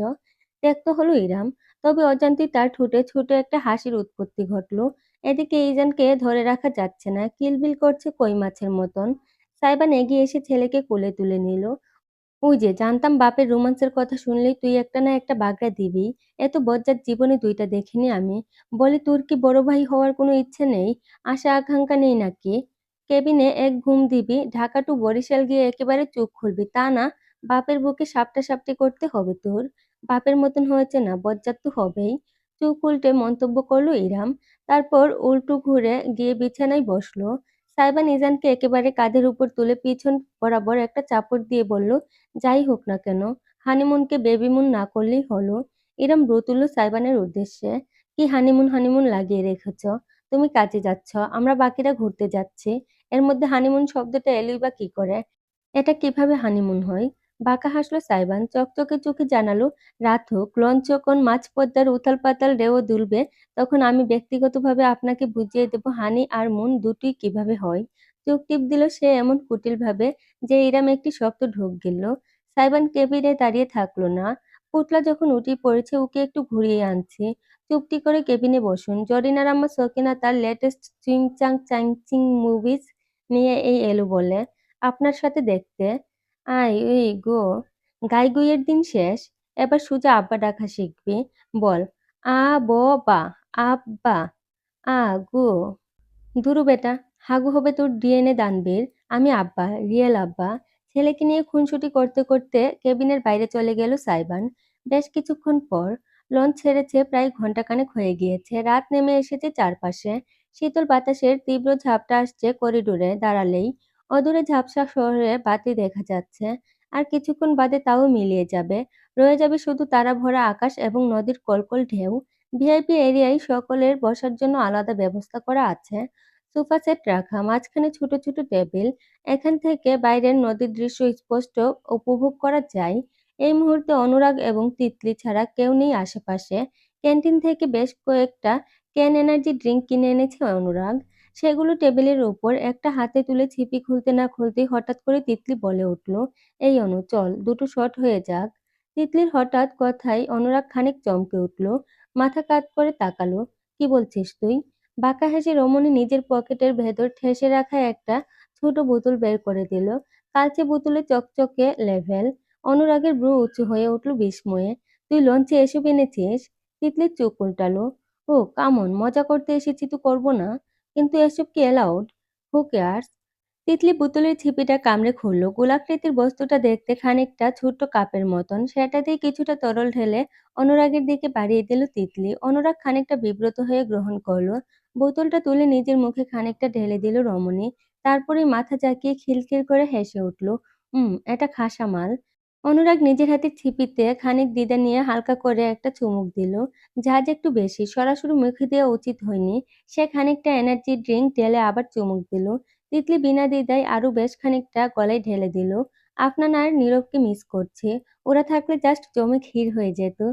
এখনই ড্রিঙ্কিং গেম স্টার্ট করতাম। সে যাক, আমরাই তো খেলি। যা, চিনিকে ডেকে নিয়ে আয় কেবিন থেকে। কিসের জন্য আমাকে খোঁজা হচ্ছে? অপ্রত্যাশিত কণ্ঠস্বরটি ভেসে আসতেই উভয়ে ঘুরে তাকালো। সাইবান এসে ঢুকেছে। উজ্জ্বল চেহারা এবং ক্ষীণ দৃষ্টি চোখে। ব্রুতে পিয়ার্সিং চিকচিক করে দ্যুতি ছড়াচ্ছে। তাকে দেখে তিতলি একটি হেঁচকি তুলে খিলখিলে কণ্ঠে ডেকে উঠল, জিনি। সাইবান এগিয়ে এলো। ড্রিঙ্কের কারণে তিতলির ফর্সা চেহারায় লালচে ভাব ফুটে উঠেছে শুরু করেছে। এর মধ্যেই দৃষ্টি কেমন যেন ঘোলাটে দেখাচ্ছে। টেবিলের কাছে অপর একটা সোফায় পায়ের উপর পা তুলে বসে পড়ল সাইবান। আমি আর অনু মিলে ড্রিঙ্কিং গেম খেলার কথা ভাবছিলাম। আমার কাছে কার্ডও আছে। অপর পকেটে রাখা তাসগুলো বের করে টেবিলে ছড়িয়ে রাখল তিতলি। সাইবান এক নজর কার্ড এবং পরবর্তীতে ড্রিঙ্কের বোতলের দিকে তাকালো। তিতলি বেশ উৎফুল্ল হয়ে বোতলটা এগিয়ে দিল তার দিকে।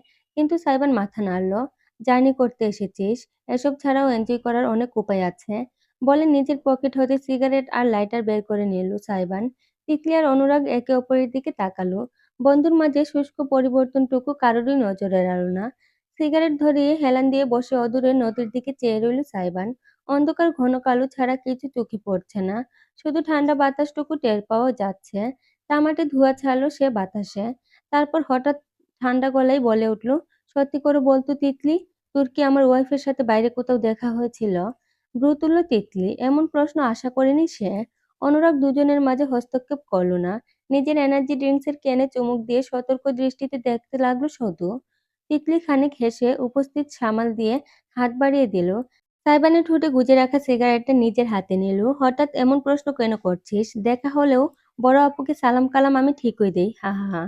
যেন বেশ এক মজার বিষয় বলছে এমন ভঙ্গি নিয়ে সাইবানের আধ খাওয়া সিগারেটটা নিজের ঠোঁটে ছোঁয়াতে গেল তিতলি। ঠিক ওই মুহূর্তেই খপ করে তার কবজি চেপে ধরল সাইবান। কোনো নিয়ন্ত্রণ নেই, শব্দ প্রয়োগ করেই ধরেছে। খানিক হেসে উঠল তিতলি। চিনি লাগছে? বড় আপু না, তোর জন্য হবে ভাবি। তিতলির কাছে থেকে নিজের সিগারেটটা ছিনিয়ে নিল সাইবান। নিজেও খেলো না। সামনে রাখা এস্ট্রেসেতে ঘষে নিভিয়ে ফেলল। বুক পকেট থেকে আরেকটা সিগারেট বের করে নতুন করে ঠুঁটে পড়ল। এমন কাণ্ডে ব্রু কুঁচকে ফেলল তিতলি। ঝাঁঝ নিয়ে বলল, হোয়াট দ্য হেল! এমন করছিস কেন চিনি? আমার সিগারেটে হাত দিবি না। কেন? আগে তো কখনো এমন করিসনি। আগে বিবাহিত ছিলাম না, এখন বিবাহিত। টেবিলে না পারতে একটা চাপড়ে দিয়ে নিজের রাগ প্রকাশ করল তিতলি। ফুঁসছে সে রীতিমতো। পাশের অ্যালকোহলের বোতলটা চেপে ধরল শক্তভাবে। এখন সামান্য সিগারেটের ভাগটুকু কপালে জুটবে না? এই তোর বন্ধুত্বের নমুনা। বন্ধুত্বের ভয়ঙ্কর নমুনা আমি আরো অনেক আগেই দেখিয়ে ফেলেছি। তোকে নিজের দাম্পত্য সম্পর্ক নিয়ে বলে। তুইও বন্ধুত্বের নমুনা দেখিয়ে ফেলেছিস আমার ওয়াইফকে পাল্টা সেসব কথা বলে। অতীব শান্ত সাইবান, তার কণ্ঠস্বর গম্ভীর। তিতলি ফুঁস করে উঠল, আরে আমি কি করলাম? আমি তো সাহায্যই করতে চেয়েছিলাম। ইরাম আপু, ভাবি। শুধরে দিল সাইবান। তৎক্ষণাৎ দাঁতে দাঁত পিষে তিতলি উচ্চারণ করল, ভাবি। কাকতালীয়ভাবে সুপার শপে দেখা হয়ে গিয়েছিল। আমি তো শুধু চিন্তা থেকেই উনাকে বলেছিলাম তোকে বুঝতে শিখতে, সবাইকে একরকম না ভাবতে। এটাও উনার তোকে গিয়ে অভিযোগ জানাতে হবে। আনবিলিভেবল। অনুরাগের দিকে তাকালো রমণী সাহায্যের আশায়। এই যে অনু, তুই কিছু বল। ভুল কিছু বলেছি আমি? বন্ধু হয়ে এটুকু করাও কি পাপ নাকি? বন্ধু? হুট করে বাঁকা হাসল সাইবান। মৃদু শব্দ হলো, একসাথে শিহরণ জাগিয়ে আবার মনোমুগ্ধকর। সোফায় সোজা হয়ে বসলো সাইবান। হাঁটুতে কনুই ঠেকিয়ে সিগারেটে ২ আঙ্গুলের মাঝে ধরে সরাসরি তাকালো তিতলির দিকে। তুই সত্যিই আমার বন্ধু তো, তিতলি? তিতলি দৃশ্যমান কেঁপে উঠল খানিক। অনুরাগ এবার হস্তক্ষেপ না করলে পারল না। দুহাত তুলে সে দুজনের কাঁধে রাখল। ওকে গাইজ, অনেক হয়েছে। তোদের কারোরই মাথা ঠিক নেই। শান্ত হ। আমরা একটা পাবলিক প্লেসে আছি, জার্নি করছি। এর মাঝে এসব নিয়ে আলোচনা করা ঠিক না। আলোচনা করব না কেন? কাঁধ ঝাঁকিয়ে অনুরাগের হাতটা সরিয়ে দিল। মৃদু গলায় গর্জে উঠল তিতলি। রেগে গিয়েছে স্পষ্টত। হুট করে উঠে দাঁড়ালো সে। টেবিলে হাত রেখে ঝুঁকে এলো সাইবানের কাছে। ঠিকই বলেছিস তুই, আমি তোর বন্ধু না। বন্ধুর চাইতেও বেশি কিছু। যদি পরিস্থিতির মাঝখানে বাঁধ না সাধতো তাহলে আজ তুই আমার থাকতি। এই কথাটা কি তুই অস্বীকার করতে পারিস? Was not I your situationship dear? জমে গেল সাইবান। ক্ষণিকের জন্য তার চোখে অচেনা ঝিলিক খেলে গেল। ঠোঁটের সিগারেটটা অলসভাবে ঝুলে পড়ল। এমন সমর্পণ দেখে তৃপ্ত হলো তিতলি। অনুরাগ তার কবজি পাকড়াও করে থামাতে চাইলেও নিজেকে ছাড়িয়ে নিল সে। একটি লতানো হাত বাড়িয়ে সাইবানের চিবুকে তর্জনী ঠেকালো। মুলায়ম হাসল। আমি তোর সাথে তখন থেকে আছি যখন তোর কেউ ছিল না। আমি তোর সাথে তখন থেকে আছি যখন তোর কেউ ছিল না। আমি তোর প্রথম। ছিলাম, আছি এবং থাকবো। এই সত্যিটা তুইও অস্বীকার করতে পারবি না। পারবি বল আমার চিনি? আলাদিন। আমার নাম আলাদিন। গভীর স্বরটি তিতলিকে থমকাতে বাধ্য করল। অবাক হয়ে সে চেয়ে রইল সাইবানের মুখপানে। নিজের চিবুক থেকে তিতলির হাতটা সরিয়ে দিল সে। উঠে দাঁড়ালো। সুঠাম সুগঠিত পুরুষালী ভারিক্কি শরীরের সামনে নিজেকে তুচ্ছ কিছু মনে হলো তিতলির। সাইবানের ছায়া যেন তাকে গ্রাস করে ফেলল সম্পূর্ণ। সরাসরি রমণীর চোখের দিকে তাকালো সাইবান। কণ্ঠে আদেশসূচক ভাবটি ধরে রেখে বলল, তোকে আমি নিজের কাছের মানুষ মনে করি। তোর কাছে আমি কৃতজ্ঞ ছিলাম এবং থাকব। তোর প্রতি আমার যতটুকু বন্ধুত্বের টান বেঁচে আছে সেটুকু নষ্ট করিস না। একটু থেমে সে যোগ করল, পরিস্থিতি মাঝখানে বাদ না সাধলেও আমি কোনোদিন তোর হতাম না। তিতলি, তুই আমার বন্ধু হতে পেরেছিস ঠিকই, কিন্তু আত্মার সঙ্গী হতে পারিসনি। যদি তোকে আমার অন্যভাবে পাওয়ার বাসনা থেকেই থাকতো, আমি তোকে কমিটমেন্ট ইস্যুতে জড়াতাম না। অথচ প্রথম থেকে বারংবার তোকে আমি বলে এসেছি, ভালোবাসা আমার দ্বারা হবে না। তুই শুধু আমার শরীরই খোলসটাকে চেয়েছিলি, মনটাকে চাসনি। চাইলে ঠিকই বুঝে যেতিস এই মন কি চায়, এই হৃৎপিণ্ড কার নামে স্পন্দিত হয়। নিষ্পলক চেয়ে রইল তিতলি। চেহারায় ফুটল আশ্চর্যতা এবং বিষণ্ণতা। অনুরাগ অব্দি প্রসারিত নয়নে চেয়ে আছে। সাইবান সরে দাঁড়ালো। সিগারেটে লম্বা একটা টান দিয়ে তামাটে ধোঁয়া ছেড়ে জানালো, বারবার শুরু থেকে পাশে থাকার যে দোহাই দিচ্ছিস, সেই দোহাইয়ের সম্মান রেখেই বলছি। এই শেষবারের মতন আমি তোকে টলারেট করে নিলাম। আর একবার তোর মুখে যদি আমি আমার স্ত্রীর সম্পর্কে কোনো মন্তব্য শুনি, সে ভালো হোক কিংবা খারাপ, আমি বাছবিচার করব না কোন কালের কোন হনু তুই। শুধু মেয়েমানুষ বলেই যে আমি কাউকে তার পাওনার উত্তম মাধ্যমের ভাগ থেকে বঞ্চিত করি না, সেটা তুই ভালো করেই জানিস। ফিমেল ভিকটিম কার্ড সুশীলরা সুখে, আমি সুশীল না। উল্টো ঘুরে গেল সাইবান। আর পিছনে ফিরে তাকালো না, বেরিয়ে গেল বাইরে। তিতলি ঠাই দাঁড়িয়ে রইল সেখানেই, নিজের জায়গায়, যেন বজ্রপাত হয়েছে। অনুরাগ কপালে হাত চেপে দীর্ঘশ্বাস ফেলল। অস্পষ্ট স্বরে বলল, এবার শান্তি হয়েছে তোর? অথচ তিতলি যেন তার কথাটা শুনতেই পেল না। কেউ খেয়ালও করল না বাইরের এক কোণায় এতক্ষণ যাবৎ দাঁড়িয়ে কথাগুলো শুনেছে এক রমণী। করিডোরের রেলিং ধরে দাঁড়িয়ে আছে সাইবান। মাঝ নদীতে থাকায় এখন হাড়হিম করা শীতল বাতাস গায়ে লাগছে দারুণভাবে। সমস্ত লঞ্চ অত্যন্ত আলতো তালে দুলছে ঢেউয়ের সাথে সাথে। এই দিকটাই ছাদের কাছাকাছি হওয়ায় বেশি মানুষ নেই। অধিকাংশ নিজেদের কেবিনে, না হলে ক্যাফে এবং ক্যান্টিনের দিকে আড্ডা দিচ্ছে। দূর থেকে একদল বন্ধুদের বাজানো গিটার আর গানের সুর ভেসে আসছে মৃদুমন্দ। সাইবার নীরবে দাঁড়িয়ে দূরে তাকিয়ে আছে। সেখানে এখন শুধুই কালো, কোনো আলো নেই। এই মহতী নদীর মাঝে একাকী এই লঞ্চ, লঞ্চের ভেতরে ছোট্ট শহর। কি অসহায় মানবজাতি! একটা ঝড় উঠলে কি আর কিছু বাকি থাকবে? ভাবতে ভাবতে বাতাসে তামাটে ধোঁয়া ছড়িয়ে দিল সাইবান। এটা তার চতুর্থ সিগারেট। নিজের শরীরের অশেষ ক্ষতির মাঝেও সে কি শান্তি! সিগারেটই যেন তার প্রমাণ। তার মতন কত অদ্ভুত মানুষই না আছে দুনিয়ায়। হুট করে সাইবানের হাতে একটা চাপড় পড়ল। ভড়কে গেল সে। হাতের সিগারেট ছিটকে নিচের নদীর মধ্যে পড়ে গেল। সাইবান হতভম্ব হয়ে পাশে তাকাতেই আবিষ্কার করল ইরহামকে।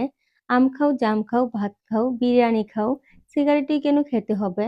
নরম গলায় বলল ইরাম। স্বামীর পাশে রেলিংয়ে হাত রেখে দাঁড়ালো। সাইবান প্রথমটায় অবাক হয়ে থেকে শেষে মুচকি হেসে জবাব দিল, আমি সিগারেট খাই না, সিগারেট আমাকে খায়। নিজেকে না খাওয়ালে হয় না? ছেড়ে দিতে বলছেন? যদি বলি হ্যাঁ, ছেড়ে দেবে? আপনি বললে শুধু সিগারেট কেন, পৃথিবীটাও ছেড়ে দিতে রাজি আছি। ইরাম এবার চোখ উল্টালো। তুমি আমার সঙ্গে ফ্লার্ট করছো, তাই না আলাদিন? সাইবান রেলিংয়ে পিঠ ঠেকিয়ে হেলান দিয়ে বুকে দুবাহু বেঁধে বলল, ওমা কি শিক্ষিত! আপনি ফ্লার্টিং কি বুঝেন? ভালো ভালো। এখন আর অবুঝ আবুদের সাথে তর্ক করতে হবে না। আমি সব বুঝি না। খুব ভালো করেই জানি ফ্লার্ট তুমি আরো কতজনের সাথে করেছ। এমনিতে তো আর সিচুয়েশনশিপ আর বেনজিং এর লিস্ট পারেনি। আপনি এটাও জানেন আমি সবার সাথে ফ্লার্ট করি। বাহ! যাক, স্বীকার করলে তাহলে। অবশ্যই, স্বীকার না করার কি আছে? আপনি আমার সাথে ফ্লার্ট করলে আমিও ফ্লার্ট ব্যাক করব। পার্থক্য শুধু একটাই, দিন শেষে আপনি প্রেমে পড়ে যাবেন, কিন্তু আমি পড়ব না। ইরম শান্ত চেয়ে দেখল সাইবানকে। ছেলেটা দুষ্টুমির হাসি হাসছে। নদীর উপর দিয়ে ধেয়ে আসতে শীতল বাতাসের ঝাপটায় চুলগুলো এলোমেলো হয়ে উঠছে তার। হঠাৎ একটি হাত বাড়িয়ে দিল ইরাম। সাইবানের বুকে বেঁধে রাখা বাহুর উপর রাখলো। নরম কণ্ঠে শুধালো, আর কতকাল নিজেকে এমন মিথ্যে খোলসে রেখে রাখবে বলে পণ করেছ? সাইবানের ঠোঁটের হাসি মিইয়ে গেল। ইরামের দিকে সে খানিকটা বিস্ময় এবং কৌতূহল নিয়ে তাকালো। অর্ধাঙ্গিনী তার ছোট্ট একটি নিঃশ্বাস ফেলল। অতঃপর তার কাঁধ ঘেঁষে দাঁড়ালো। নদীর দিকে দৃষ্টি ফেলে বলল, আমাকে একটা প্রশ্নের উত্তর দেবে আলাদিন? কি প্রশ্ন? তোমাদের জেনারেশনের প্রেমের এত নাম প্রকার কেন? ভ্রু কুঁচকে ফেলল সাইবান, বুঝতে পারছে না স্ত্রীকে। ইরম শান্ত গলায় বলল, situationship, ranging, bread cramping, pocketing, ghosting, orbiting, এত এত অনুভূতির ধরন দিয়ে কি বুঝায় আসলে?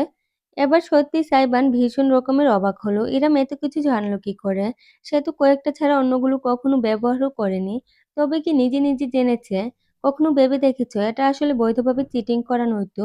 ইরামের কথায় সাইবান চমকে উঠল, বড় বড় চোখ মেলে তাকালো। চিটিং? হ্যাঁ, এই যেমন ধরো সিচুয়েশনশিপের কথাই ধরি। তোমার প্রেমিক-প্রেমিকার মতন সম্পর্কে থাকবে, কিন্তু মুখে স্বীকার করবে না, কারোর সাথে পরিচয়ও দেবে না। কমিটমেন্ট ছাড়া সম্পর্ক, যে ক্ষেত্রে একজন যদি অপরজনকে ছেড়ে দেয়, অন্য কারো আকর্ষণ পেয়ে যায়, তাহলে প্রতিবাদ করা যাবে না। কারণ সিচুয়েশনশিপ মানেই এমন। এটা মানেই এমন নাকি সহজ ভাষায় এক পার্টনারকে সময় পেরিয়ে আর ভালো না লাগলে সে অন্য কাউকে ধরতে পারে বলে স্রেফ একটা টার্ম সৃষ্টি করে দেওয়া হয়েছে। যেন চিটিং জিনিসটাকে চিটিং না বলা যায়। সাইবানের ঠোঁটজোড়া ১ ইঞ্চি ফাঁক হলো, অথচ সে ইরামকে কোনো জবাব দিতে পারল না। এই যুক্তির বিপরীতে যুক্তি কি ভেবে পাচ্ছে না সে। ইরাম একদম শান্ত গলায় কথাগুলি বলে যাচ্ছে। বিয়ের আগে তুমি আমাকে বলেছিলে তোমার নাকি একটা সিচুয়েশনশিপ আর একটা বেনজিং ছিল। আচ্ছা, যাকে বেনজিং করেছো তার মনের কথা ভেবেছ? তুমি আসলে চাইছো অন্য কাউকে, কিন্তু একজন তৃতীয় ব্যক্তির সাথে কথা বলে গল্প করে আশা দিয়ে রেখেছো যে হয়তো সেও তোমার জীবনে অর্থ রাখে। সে তোমার কাছে সেকেন্ড অপশন। যদি এটা না হয় তাহলে ওটা টাইপ। যে আদতে তোমার পছন্দই ছিল না কোনো কাল। আলাদিন, যে মেয়েটাকে তুমি বেঞ্চিং করেছ তার মনের অবস্থা কখনো ভেবে দেখেছ? সাইবান ঠোঁটে ঠোঁট চেপে ফেলল। শব্দ হাতড়ে পেল না। দৃষ্টি লুকিয়ে পায়ের দিকে চেয়ে রইল। ইরাম একটু সময় বিরতি দিয়ে বলল, আমার কি মনে হয় জানো, এই সবকিছুই আসলে মানুষের মনের ফ্যান্টাসি পূরণের জন্য সৃষ্টি করা মূর্খ কিছু শব্দ মাত্র। নিজের প্রতারণাকে জাস্টিফাইড করার আধুনিক হাতিয়ার। এই শব্দের চক্করে পড়ে কত মানুষের জীবন ধ্বংস হচ্ছে। ভালোবাসা শব্দটার উপর থেকে মানুষ বিশ্বাস হারিয়ে ফেলছে। তাই আমি তিতলিকে পুরোপুরি দোষ দিতে পারি না। দোষ তোমারও ছিল আলাদিন। বুকের ভেতর আটকে রাখা নিঃশ্বাসটা অবশেষে ফেলল সাইবান। ইরামের কথা অর্থবোধক হয়েছে শেষমেশ। বেশ লম্বা সময় জুড়ে কেউই কথা বলল না। ইরম শান্তভাবে দাঁড়িয়ে থেকে দেখে গেল শুধু নদী, আর সাইবান বরফ হয়ে ওঠা মস্তিষ্কে ভেবে গেল তার কথাগুলো। অবশেষে প্রায় মিনিট 10 পরে মুখ খুলল সাইবান। সরি, আমি কখনো এভাবে ভেবে দেখিনি। ইরাম এক নজর তার দিকে তাকালো, পরক্ষণে আবার নদীর দিকে দৃষ্টি ফিরিয়ে বলল, না ভাবলে, এখন ভাবো। তুমি জেনারেশন জেড এর ছেলে, আধুনিক হবে, ট্রেন্ড ফলো করবে, স্বাভাবিক। কিন্তু এই ট্রেন্ড ফলো করতে গিয়ে যেন নিজের এবং অপরের ক্ষতি না করে বসো, সেটা খেয়াল রেখো। দুঃখকে যতই হাসি দিয়ে ঢেকে রাখার চেষ্টা করো না কেন, দুঃখ প্রশমিত হবে মাত্র, চিরতরে মুছবে না। আপনার কি মনে হয় আমি হাসার মাঝে দুঃখ লুকাই? হতেও তো পারে। ইংরেজিতে একটা কথা আছে, the brightest smile hides the deepest স্কার।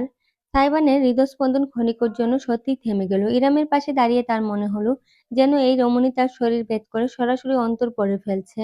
কিন্তু ইরামের তো জানার কথা নয়, আন্দাজ করারও কথা নয়। কেউ কি কিছু বলে দিয়েছে কোনোভাবে? সারিকা, অনুরাগ কিংবা তিতলি নিজে? ভেবে কুল পেল না সে। একদম সহজাত বৈশিষ্ট্যের কারণে এবারেও ইরামের কাছে ধরা দিল না সাইবান। ঠোঁটে সেই দুষ্টুমির হাসিটি ফুটিয়ে জাগতিক সকল জটিলতাকে ঢেকে ফেলল একটা খোলসের আড়ালে। আপনি হঠাৎ করে দার্শনিক হয়ে গেলেন আজ। লঞ্চ দেখছি সবার মাথা ঘেঁটে রেখে দিচ্ছে। আমার মাথা ঠিকই আছে। ইজান ঘুমিয়েছে, সুগন্ধা পাশে বসে মনের সুখে নিজের পছন্দের চাইনিজ মুভি দেখছে। তাই শান্তিতে আছি। নদী দেখে দার্শনিক হতে মন চাইল, হয়ে গেলাম। সাইবান হুট করে ইরামের পিছনে দাঁড়ালো। তার বড়সড় শরীর রমণীর পাতলা শরীর ছুঁয়ে গেল।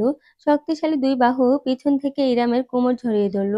নিজের মাথাটা সাইবান স্ত্রীর কাঁধে রাখল। লঞ্চ পানিতে বিশাল ঢেউ তুলে এগিয়ে যাচ্ছে। মৃদু আলো খেলা করছে টলমলে পানিতে। কচুরিপানা ভেসে আসছে, ঢেউয়ে ঢেউয়ে দোল খাচ্ছে।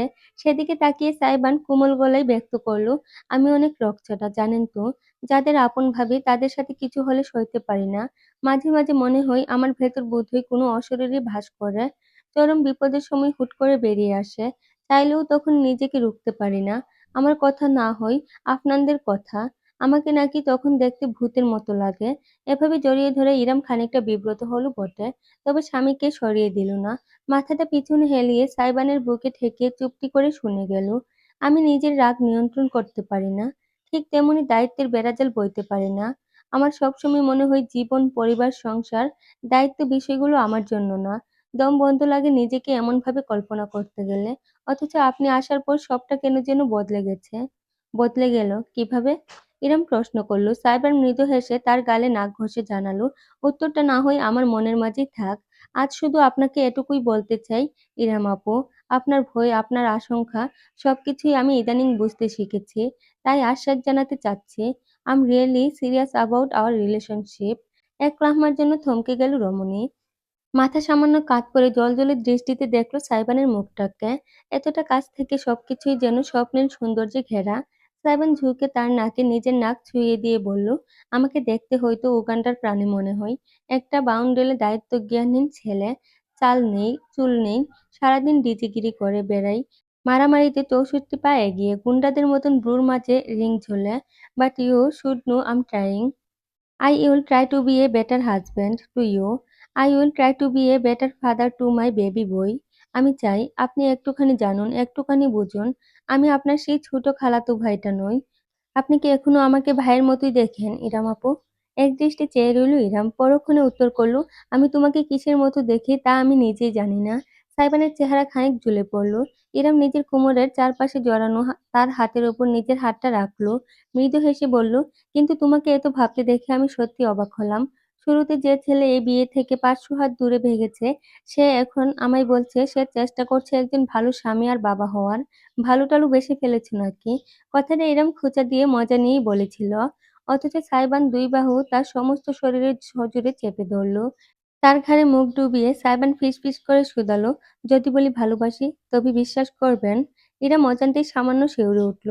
পরক্ষণেই পাল্টা জবাব দিল, এক মুখে আপু ডাকো, আবার বলো ভালোবাসো। Pretty little pervert, aren't you?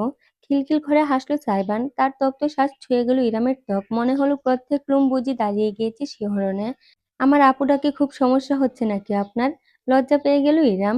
গালজোড়া লালচে হয়ে উঠল। না মানে আমাদের বিয়ে হয়ে গিয়েছে, এরপরও তুমি আপু ডাকো, এমনিতেই বলছিলাম। আমার ওসব সমস্যা টমস্যা হয় না। বুঝতে পারছি। ইরাম আপু একটুও বিব্রত বোধ করে না। ওকে, ফাইন। ইরাম আপুকে তাহলে আমি এখন থেকে বারবার আপু ডাকবো। ঠিক আছে আপু? ইরামের ব্রুজুরায় তীব্র ভাঁজ পড়ল। দাঁতে দাঁত পিষে নাকের ডগায় ক্রোধ নিয়ে সে বলল, ভালো হচ্ছে না কিন্তু আলাদিন। কেন ভালো হচ্ছে না আপু? আলা ইরা মাথা কাত করে প্রতিবাদের সুরে কিছু বলতে যাচ্ছিল, কিন্তু পারল না। অত্যন্ত কাছাকাছি থাকায় সাইবানের ঠোঁটের সাথে তার ঠোঁট ছুঁয়ে গেল। কিন্তু প্রথমবারের মতন এবার সহসাই ছাড়া পেল না সে। এর পরিবর্তে সাইবানের একটি হাত ইরামের ঘাড়ে জড়িয়ে গেল, অন্যটি চেপে ধরল কোমর। হ্যাঁচকা টানে নিজের শরীরের সাথে আষ্টে পৃষ্ঠে বেঁধে ফেলল সে অর্ধাঙ্গিনীকে। তার ঠোঁটের মাঝে ডুবিয়ে দিল নিজের ঠোঁট। মায়া আস্বাদন করতে লাগলো নিগুড়ভাবে। ইরাম প্রথমটাই জমে গেল। হাত দিয়ে হালকা ধাক্কা দিল সাইবানের বুকে। কিন্তু পর মুহূর্তেই তার মস্তিষ্ক বুঝি থমকে গেল। সরিয়ে দিতে ইচ্ছে হলো না। বুকের ভেতর অনুভূতির উষ্ণতা ভর করলো। এই নিরাপদ বাহুডোরে যেন তার কোনো ক্ষতি হবে না। ইরাম তাই আজ নিজেকে রুখল না, সঁপে দিল। চোখজোড়া বুজে এলো তার আবেশে। হাতের আঙ্গুল খামচে ধরল সাইবানের জ্যাকেট। ধীরে ধীরে সাড়া দিল অনুভূতির ডাকে। শীতল বাতাস ঝাপটা দিয়ে গেল গায়ে। অথচ দুটি সত্তা তা অনুভবই করল না। লুটিয়েছে তারা একে অপরের আজ আপন সত্তায়। সাইবান আদরের ছোঁয়া ক্রমশ গভীর থেকে গভীরতর করে তুলল। ইরামের প্রতিটি কম্পন, প্রতিটি প্রতিক্রিয়া তার অস্তিত্বে ঘূর্ণিপাক খেয়ে গেল। চোখজোড়া হালকা একটু খুলল সে। সম্মোহিত নয়নে দেখল কিভাবে অর্ধাঙ্গিনী নিজেকে সমর্পণ করে দিয়েছে তার দুয়ারে। একটুখানি থামল সাইবান। ইরামের ঠোঁটের উপর জড়ানো গলায় ফিসফিস করে বলল, নেশা তামাকে নয়, নেশা আপনার ঠোঁটে। ইরাম ভারী নিঃশ্বাস ফেলতে ফেলতে জ্বলজ্বলে চোখ মেলে তাকালো। সাইবান পুনরায় তার ঠোঁটের দিকে চুমু খেলো। এবার অত্যন্ত যত্ন নিয়ে, আলতোভাবে, দীর্ঘ সময় ধরে। এরপর হঠাৎ করেই থেমে গেল সে। আচমকা ঘাড় ঘুরিয়ে করিডোরের প্রান্তে তাকালো। ইরামের মনে হলো তার শরীর দুলছে। সাইবানের কাঁধে মাথা ঠেকিয়ে সেও তাকালো। অথচ ওদিকটাই খালিগুলা অন্ধকার ছাড়া কিছুই চোখে পড়ল না। ধড়ফড় করতে থাকা হৃদযন্ত্র সামলে সে জিজ্ঞেস করলো, কি হয়েছে? সাইবান তীক্ষ্ণ দৃষ্টিতে আরো কিছুক্ষণ চেয়ে থেকে জবাব দিল, মনে হলো কেউ আমাদের দেখছে। ইরাম সোজা হয়ে দাঁড়িয়ে তাকালো সামনে ভালোভাবে। না, কিছুই দেখতে পেল না এবারেও। ওদিকটা একদমই ফাঁকা। কোথায়? পিছনে সাইবান মুহূর্ত কয়েক দাঁড়িয়ে থেকে শেষমেশ নিজের চেহারায় ধার লুকিয়ে নমনীয় করে বলল, আমার মনের ভুল বোধহয়। এগিয়ে এসে নিজের গায়ের জ্যাকেটটা খুলে ইরামের কাঁধে জড়িয়ে দিল সে। ঠান্ডা বাড়ছে, কেবিনে চলুন। ইরাম অবাক হয়ে সাইবানের দিকে তাকালো। একটা হাফ হাতা টি-শার্ট পরনে ছেলেটার। এ কি, তোমার ঠান্ডা লাগবে না? জ্বলজ্বলে ঠোঁটে জিভ বুলিয়ে তির্যক হাসল সাইবান। হাত বাড়িয়ে ইরামের কাঁধে জড়ানো ওড়নাটা হাতড়ে নিয়ে জ্যাকেটটা ভালোমতো পরিয়ে দিল। সেই ওড়নাটা নিজের গায়ে চাদরের মতো করে ঝরালো সে। এবার আর ঠান্ডা লাগছে না, চলুন। ইরামের একটা হাত ধরে হাঁটতে শুরু করলো সে। অর্ধাঙ্গিনী তাকে অনুসরণ করতে করতে অপলক চেয়ে রইল। বুকের ভেতর দামামা বাজল উভয়ের।